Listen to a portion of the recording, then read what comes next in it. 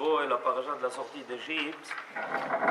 Et au moment où les enfants d'Israël devaient sortir d'Égypte, ils ont reçu l'ordre de marquer leur maison, de façon à ce que pendant la plaie des premiers-nés, les maisons d'Israël soient sauvées et ne soient pas atteintes. Nous allons d'abord lire les versets, ensuite on verra quelques commentaires dits à ce propos qui nous révèlent des choses assez profondes. ויקרא משה לכל זקני ישראל ויאמר עליהם משכו וקחו לכם צאן למשפחותיכם ושחטו הפסח ולקחתם אגודת אזוב וטבלתם בדם אשר בסף והגעתם אל המשקוף ואל שתי המזוזות מן הדם אשר בסף ואתם לא תצאו איש מפתח ביתו עד בוקר. ועבר אדוני לנגוף את מצרים וראה את הדם על המשקוף ועל שתי המזוזות ופסח אדוני על הפתח ולא ייתן המשחית לבוא אל בתיכם לנגוף. Donc, vous avez la traduction simultanée sous vos yeux. Moshe convoqua tous les anciens d'Israël et leur dit: choisissez, prenez chacun du menu bétail selon vos familles, égorgez le Korban Pessah, puis je ne sais pas pourquoi ils ont décidé dans la traduction que c'est une victime. Puis vous prendrez un bouquet d'hysope, vous le tremperez dans le sang reçu dans le bassin, et vous teindrez le linteau et les deux poteaux de ce sang qui est dans le bassin. Et que nul d'entre vous ne sorte du seuil de sa demeure jusqu'au matin. Et le Seigneur s'avancera pour frapper l'Égypte, il verra le sang sur le linteau et sur les deux poteaux, et il passera par-dessus la porte. Et il ne permettrait pas au fléau d'entrer dans vos maisons pour sévir. Alors évidemment, il y a beaucoup de questions qui se posent à propos de cet ordre que les enfants d'Israël ont reçu. Et par exemple, pourquoi est-ce qu'il y avait besoin d'un signe? Puisque c'est Akadosh Baruch Hu lui-même qui va sévir. A priori, il sait distinguer son troupeau de ce qui n'est pas son troupeau. Donc à quoi servent tous ces signes-là? Alors on a un premier commentaire. Il verra le sang au linteau et aux deux poteaux.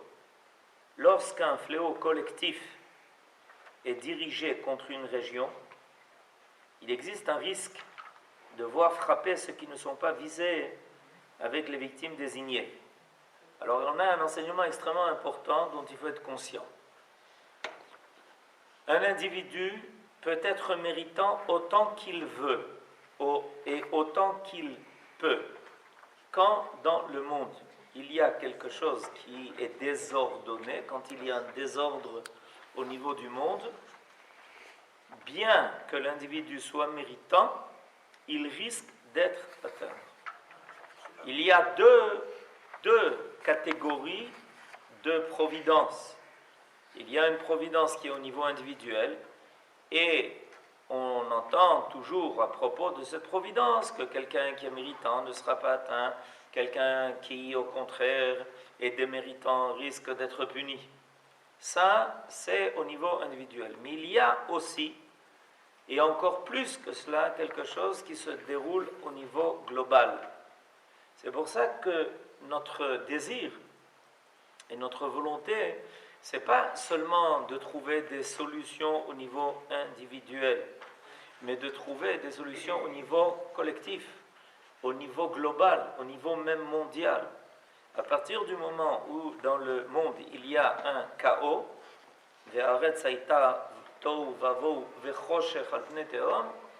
il est possible que dans le cadre du désordre mondial, même des gens qui soient innocents soient touchés.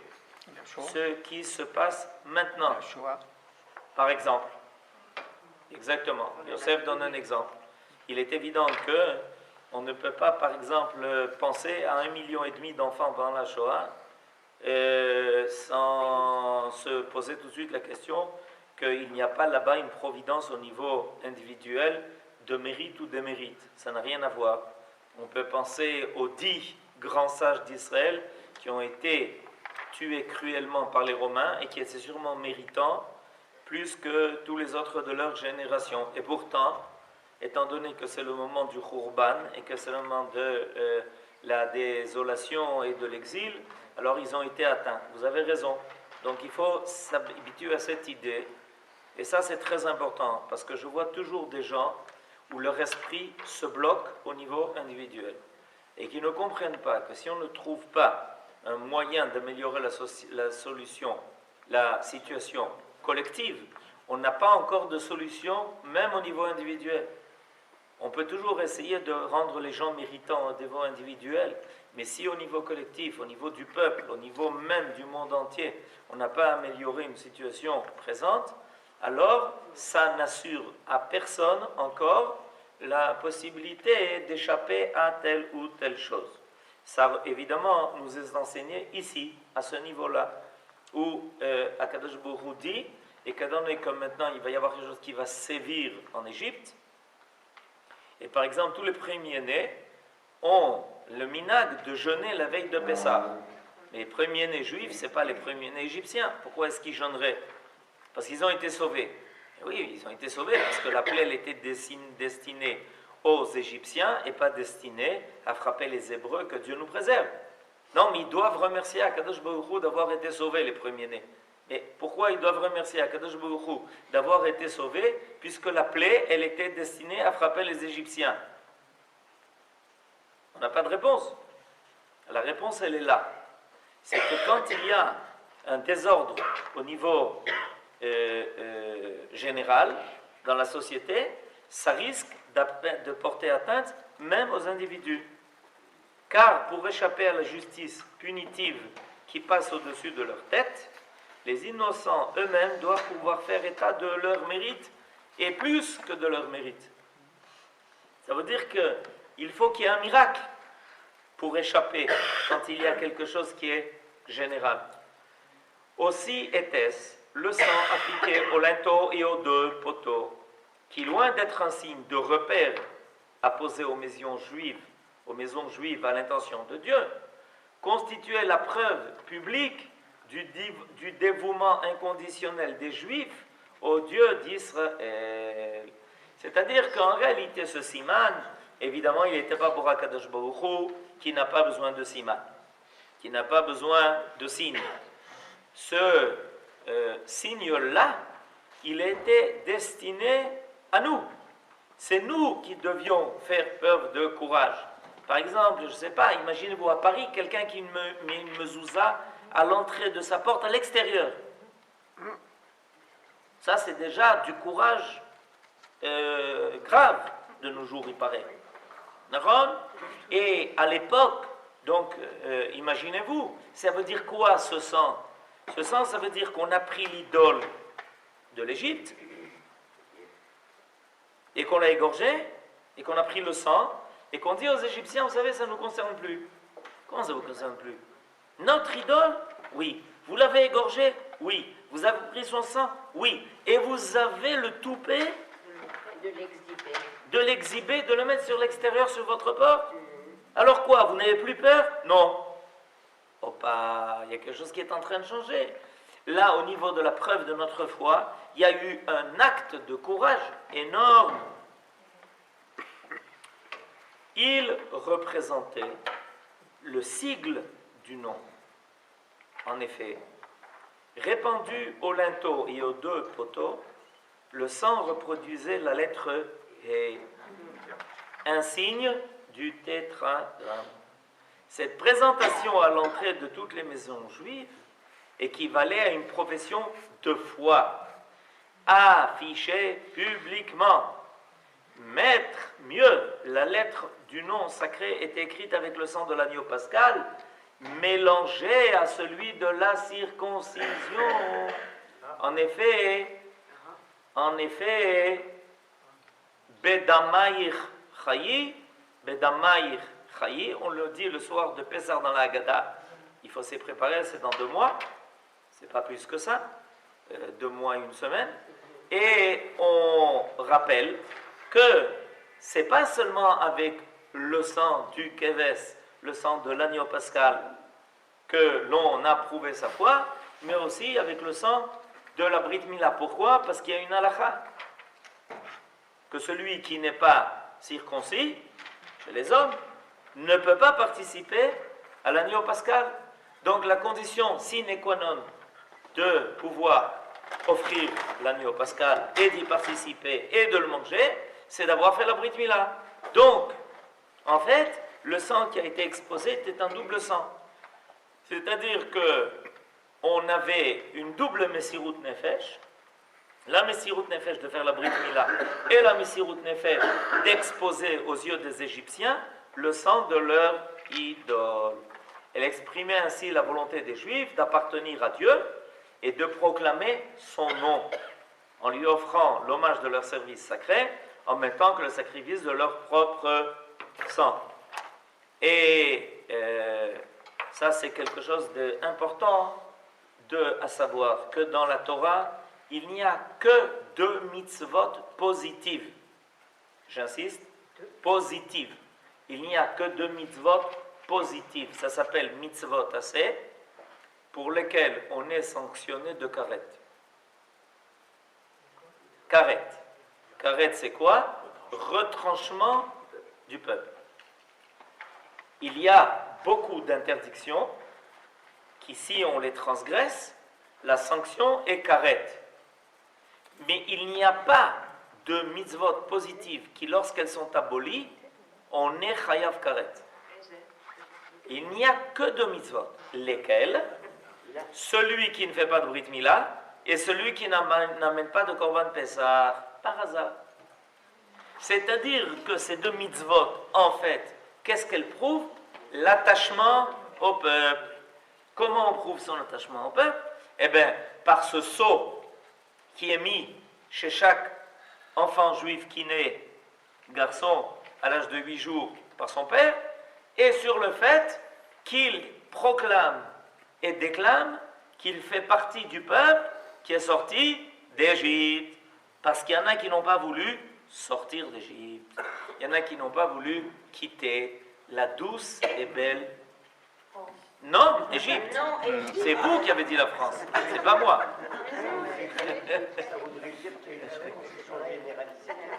Ça veut dire que, en vue du Korban Pessah, tout le monde a fait la Brit Mila.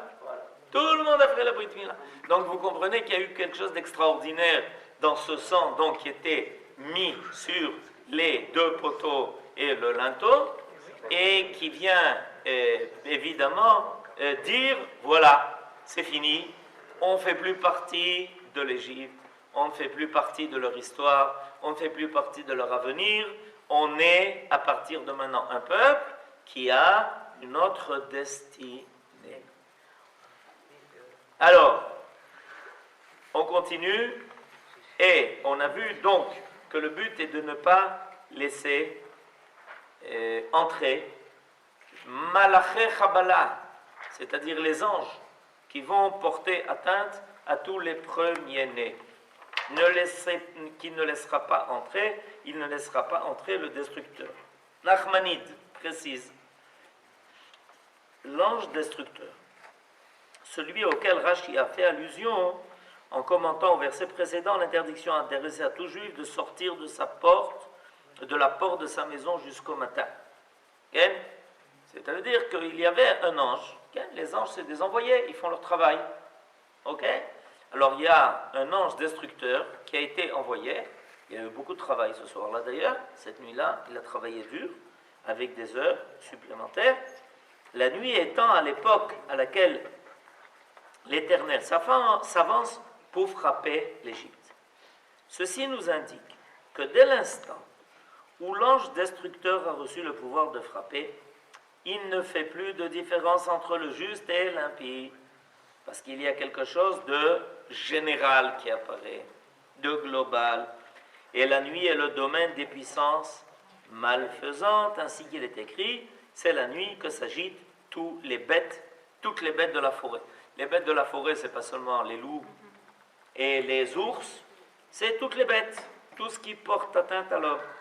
L'affirmation que l'ange destructeur ne fait pas de différence entre le juste et l'impie, dès l'instant qu'il a reçu le pouvoir de frapper, a déjà été mentionnée lors des insertions d'Abraham en faveur des villes de Sodome et Amora, Sodome et Amora.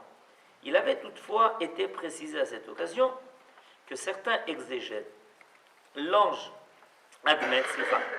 que certains exégètes admettent qu'un tzaddik gamour, un juste parfait, reste toujours en dehors de la portée de l'ange destructeur. Ah, c'est vrai. Mais il faut être tzaddik gamour. Et personne ne peut se considérer comme un tzaddik gamour. C'est pas seulement qu'il n'y en a pas beaucoup. Ça, vous avez raison. Mais il y a plus que cela. C'est qui peut prétendre et qui peut être sûr qu'il fait partie de la catégorie de ceux qui ont des mérites suffisants. Pourquoi un tzaddik gamour, il est sauvé même dans un cas pareil? Parce qu'un tzaddik gamour, il n'est pas dans les lois de la nature. C'est ça la différence. Tant qu'on fait partie du monde des lois de la nature, alors quand les lois de la nature se déchaînent, elles se déchaînent. Mais quand on est un tzaddik gamour, si ça existe, parce qu'il semblerait qu'il y a toujours une imperfection qui vient même du fait de la création. Ve'en tzaddik ba'aretz asher ya'aseh tov ve'lo yecheta. C'est ce que affirme le roi Salomon.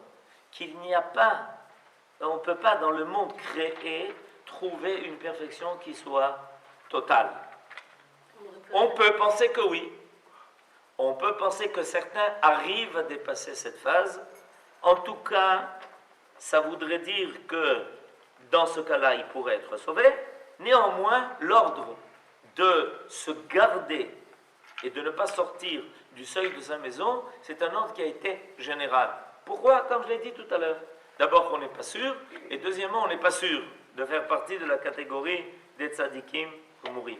Il apparaît ici que les agents intermédiaires ou inférieurs n'agissent pas avec le même pouvoir de discernement que l'Éternel lui-même. C'est-à-dire qu'il faut bien comprendre, c'est-à-dire Akadosh Baruch Hu, il décide ce qu'il veut, il fait ce qu'il veut, il atteint qui il veut. Oui, mais quand ça se passe par des intermédiaires, alors c'est comme les lois de la nature. Les lois de la nature sont les lois les plus aveugles qui existent. Elles n'ont pas de... La nature n'a pas reçu la faculté de penser, de discerner, de réfléchir et de décider. Ça n'existe pas. Mais la nature a un patron. Voilà.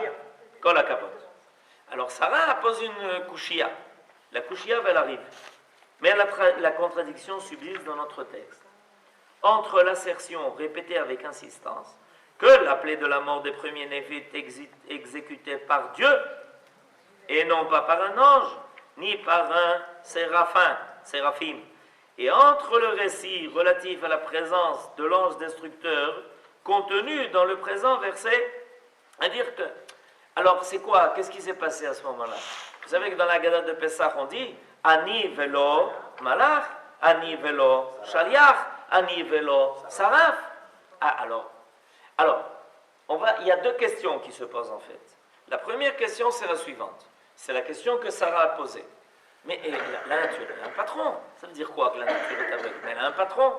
Nachon, c'est Akadosh Baruch Hu qui veut avoir providence sur son monde à plusieurs degrés. C'est-à-dire que Akadosh Baruch Hu a mis en place des lois qui peuvent marcher de façon mécanique. C'est pas que ces lois échappent à la volonté divine, c'est que c'est la volonté divine que ça soit mécanique. Pourquoi? Pour une raison très simple. Pour pouvoir agir à tous les niveaux de l'être créé. Si un homme vit mécaniquement dans un monde mécanique, eh bien, c'est les lois de la mécanique qui marchent. C'est-à-dire qu'il faut qu'il y ait un niveau prévu pour les individus qui fonctionnent de façon mécanique. Vous comprenez ce que je veux dire? C'est-à-dire que ce n'est pas un manque de providence, c'est la providence. La providence des lois de la nature, c'est de fonctionner de façon naturelle et aveugle pour les gens qui se comportent de façon naturelle et aveugle. Il y a un niveau plus élevé, c'est le niveau où il y a des anges, où il y a des envoyés.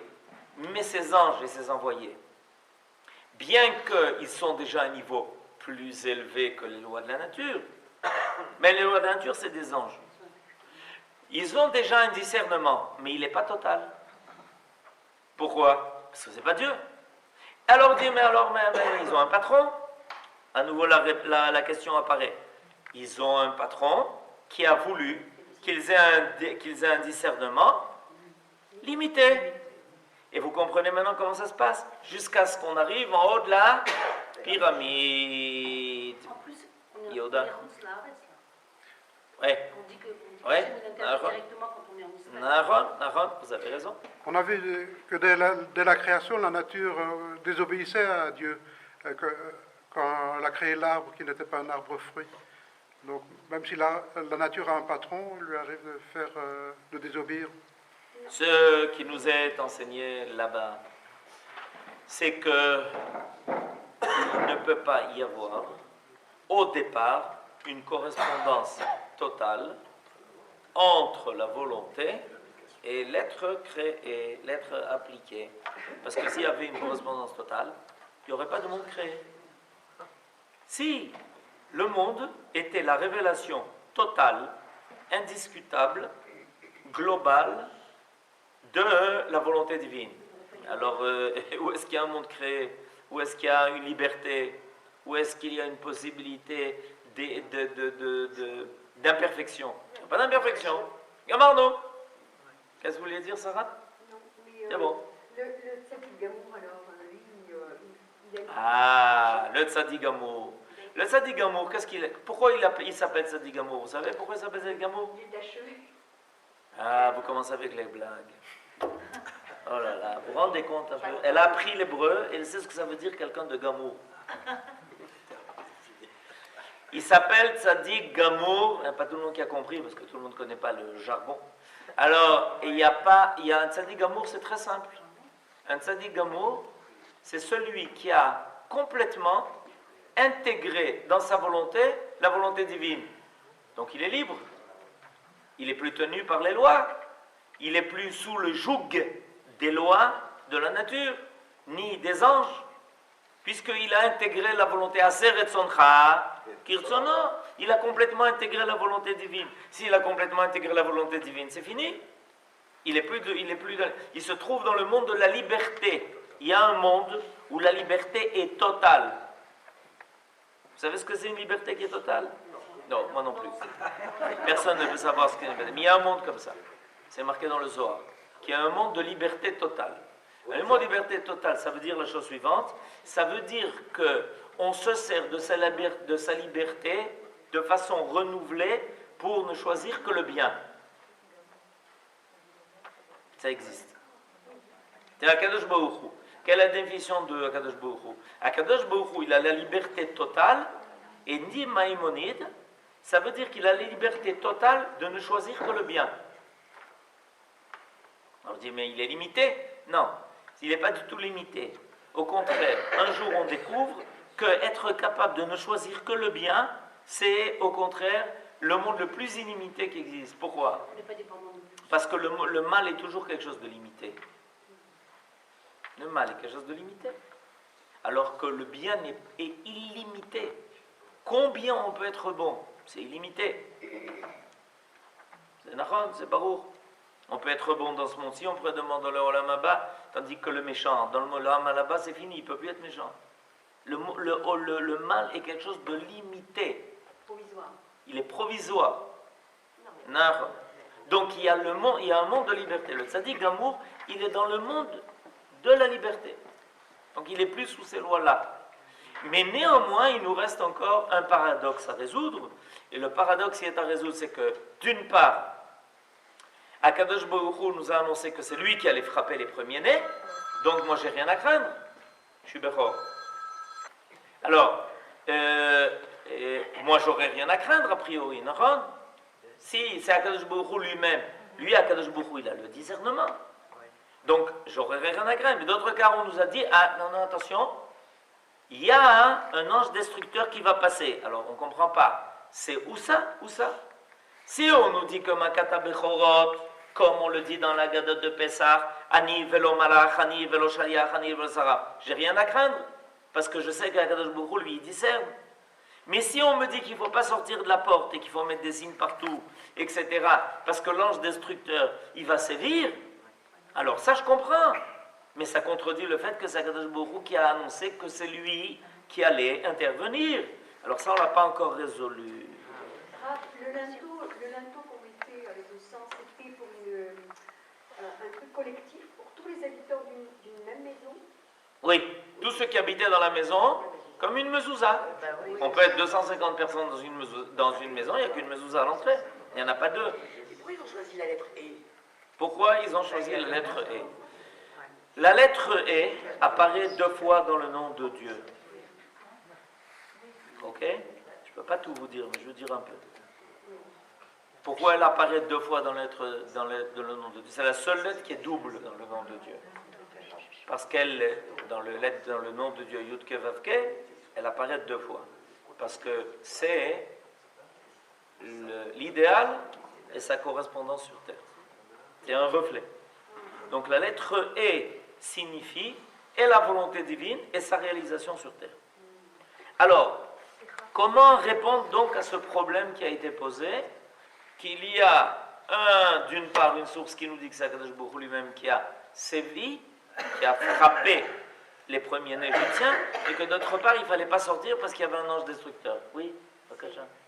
Je voulais dire, apparemment, enfin, d'après ce que j'ai compris, l'imperfection est intrinsèque à l'homme et À la création. à la création, et elle est voulue par Dieu, elle est dans les desseins. Bien de sûr. Dieu. Donc le Sadiq Gamour, il ne rentre pas dans Non, les desseins de Dieu. non, C'est il parfait. rentre tout d'un coup, c'est le Sadiq Gamour qui est plus dans les dessins de Akadosh Baruch Hu. Alors là, la on est... norme. Il a réussi à surmonter l'imperfection. Le Tzaddik Amour, il a réussi à surmonter. C'est une chose voulue au départ par Akadosh Baruch Hu, qui est une imperfection dans la création. Mais l'attente divine est que nous arrivons à surmonter cette imperfection. C'est notre travail. C'est pour ça qu'on est sur terre. C'est pour arriver à combler le fossé qu'il y a entre le projet et la réalisation. C'est nous qui avons reçu ce rôle. Quand un homme quitte ce monde en disant, vous savez, moi j'ai fait ce que j'ai pu, et que je suis arrivé dans un monde imparfait, j'ai quitté un monde imparfait. On lui dit, ben mon ballon de boîte est venu. C'est du bisbouze. Si tu n'as rien à rajouter, si tu n'as pas amené une plus-value, ça ne veut pas dire que chaque homme est responsable de rendre le monde parfait jusqu'au bout, parce que c'est un travail qui est colossal. Mais en tout cas, on lui posera la question, quelle est ta plus-value? Qu'est-ce que tu as rajouté de plus? Un psique, une virgule, dis-nous une virgule de plus que ce que tu as fait qui fait que le monde aujourd'hui est meilleur. J'ai fait une grande découverte, j'ai enseigné, le troisième il a dit, j'ai fait du chesed, al-shoshat varim ha'olam omed, à la Torah, à l'avoda, al-gmilot chasadim, kol hakavod. Le monde que tu as quitté n'est pas le monde auquel tu es venu, il a fait meod. Baruch ata bevoecha, baruch ata betzetecha. Vous savez que ce verset parle de celui qui vient dans le monde et qui quitte le monde. Ah, vous ne saviez pas? Non. Ah, vous mettez à l'entrée de la porte. Oui, mais ce verset, regardez le commentaire de Rashi, il parle de ça. Le verset Baruch ata bevoecha, Baruch ata betzatecha, il parle de la venue de l'homme dans le monde et de la sortie de l'homme du monde. Alors on lui dit Baruch ata bevoecha, on t'attendait pour que tu fasses quelque chose. Baruch ata betzatecha, est-ce qu'au moins tu n'as pas abîmé ce que tu as trouvé? Parce que si tu as abîmé ce que tu as trouvé, alors tu as exagéré. Non seulement tu n'as rien rajouté, mais en plus de ça, tu as porté atteinte à ce qu'il y avait. Exagéré. Examta. Pardon? Ok. Alors maintenant, on va essayer. Donc il faut répondre à la question, qu'est-ce qui s'est passé à ce moment-là? Aussi, le Zohar répond-il que l'action divine, il y a une très belle explication ici qui est donnée, que l'action divine est comparable à celle d'une majesté royale. Lorsqu'elle se déplace, elle est entourée d'une légion d'officiers, de soldats. De même, quand l'Éternel s'avança pour infliger son châtiment à l'Égypte, il ne fit pas exécuter ses ordres par un messager, mais il frappa lui-même les premiers-nés pour le motif indiqué, supra V12. Mais il était entouré de ses anges et ses exécuteurs, à qui toute atteinte dirigée contre les premiers-nés égyptiens était interdite, pouvait néanmoins s'en prendre aux Juifs eux-mêmes. Car lorsqu'un fléau sévit sur terre, il faut pouvoir faire état de vertus exceptionnelles pour mériter d'échapper à la faute impitoyable de la mort. À défaut, il est conseillé de se terrer dans les demeures, suivant la recommandation du prophète Isaïe. Va, mon peuple, retire-toi dans tes demeures et ferme les portes derrière toi. Cache-toi un court instant jusqu'à ce que la fureur est passée. Car voici l'Éternel qui sort de sa résidence pour faire expier leurs méfaits aux habitants du pays. C'est-à-dire que lorsque Akadosh Baruch, c'est bien Akadosh Baruch qui a frappé l'Égypte, lui-même, Ani velo malach, Ani velo salam, c'est lui-même qui l'a fait. Seulement Akadosh Baruch, quand il arrive, il est comme un roi. Il ne se balade pas tout seul. Et autour de lui, il y a des tas de shlichim. Et eux, ils n'ont pas le discernement de Akadosh Baruch. Et eux, ils n'ont pas le discernement de Akadosh Baruch. Alors, le travail de ne frapper que les Égyptiens, les premiers-nés égyptiens, ça c'était Dieu lui-même. Mais accompagné de tout le reste, ça, ils n'ont pas ce discernement. Donc il faut faire attention. Ça veut dire quoi? Ça veut dire que dans le monde, il y a des choses qui sont très précises, qui sont visées, qui sont de la décision de la providence divine par pincette. Mais il y a des vagues. C'est comme lorsqu'il y a un tremblement de terre, il y a ensuite des tremblements de terre résiduels. Hein? De réplique, ça s'appelle. Vous comprenez? C'est-à-dire quand on est content, le tremblement de terre est passé, que Dieu nous préserve, et puis voilà que tout d'un coup, on dit attention, ça continue. C'est-à-dire ce qui arrive et les conséquences qui en dérivent, ça, périphérique, ça, c'est dangereux pour tout le monde. Alors, il faut faire attention à cela.